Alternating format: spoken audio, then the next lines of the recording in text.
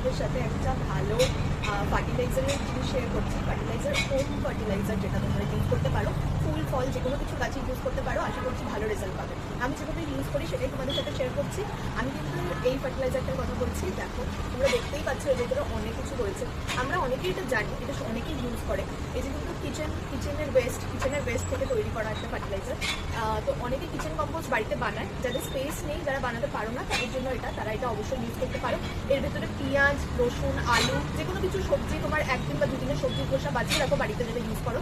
তারপর সেটাকে এরকম 1 লিটার জলের বোতলে এতটা মতন করে সবজির খোসা ভর্তি করে দাও, দিয়ে এতটা উপরে ফাঁকা রেখে বাকিটা পুরো জল করে টাইট করে অন্ধকার জায়গাতে রেখে দেবে। এরপরে হচ্ছে তোমাদের প্রতিদিন একবার করে এই বোতলটার ঢাকনাটা খুলে এটা থেকে গ্যাসটা রিলিজ করে দেবে, দিয়ে আবার বন্ধ করে আবার রেখে দেবে। এভাবে তোমরা 1 সপ্তাহ রাখতে পারো, 10 দিন রাখতে পারো, বা 2 দিন 3 দিন রেখে তারপরে ইউজ করতে পারো। এবার ইউজ করার প্রসেসটা তোমরা ভালো করে বুঝে নাও, তারপরে আমি তোমাদেরকে বলছি ইউজ করবে কি। ফার্স্টে এরকম একটা মগ নেবে, মগের ভেতরে বা তোমরা এই জলটাকে ঢালবে, ওপর থেকে জলটাকে নেবে,